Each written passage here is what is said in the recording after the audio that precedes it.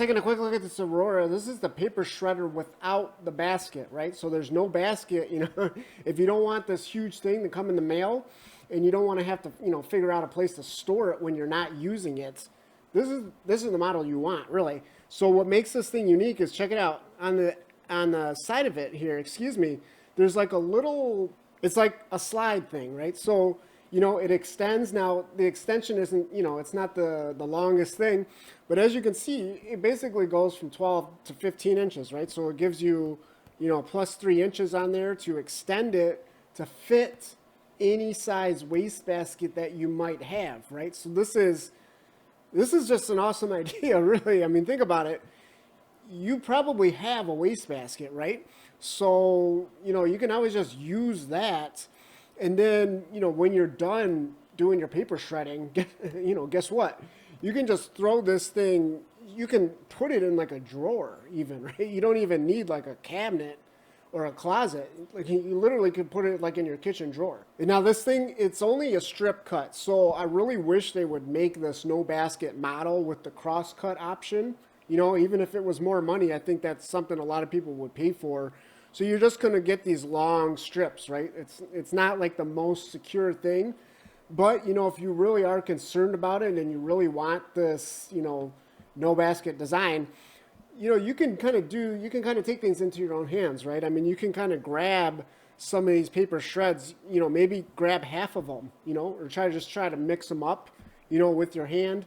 Maybe grab some, put one in one trash bag, put another, you know, handful in another trash bag. You know, you can kind of do that kind of stuff. And this model also will shred your credit cards and your CDs, as you see here. And there's actually a little dedicated CD slot, so it doesn't use the actual main cutters on there. Although they do recommend putting the credit card down through the main slot. But I can tell you, you know, because the shreds on this thing aren't that small. Honestly, you'd probably just be better cutting the credit card with your scissors by hand into the smallest pieces possible. But, you know, that is something they advertise, you know, and, you know, and by the way, they do mention, you know, you don't have to worry about staples either, you know, so if you got a bunch of stapled paper, you just throw it into this thing, it's going to chew it up. Now this is, you know, it's a pretty basic unit, so there's only 3 modes, really. There's automatic, there's reverse, which is just like a continuous reverse, and then off, obviously. And then we do get this manual push button. They're saying, basically, if you have it in the auto mode, you know, normally it's only going to turn on when it detects that you're trying to put something through it, right? But if it's in the auto mode and for whatever reason it's jammed, or you just, you know, you want to just manually override it, you push this button and you can just hold it, you know, it'll be on when you hold it and then it'll shut off when you let go. And then this thing does have some thermal protection, so there's actually a little light right there.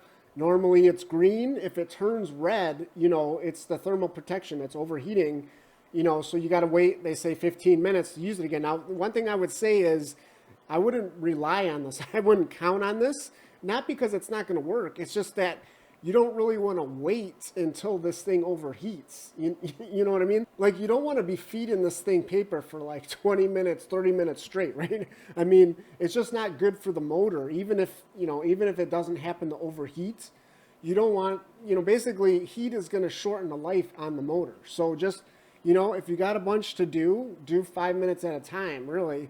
And, you know, or just, you know, don't let the paper pile up.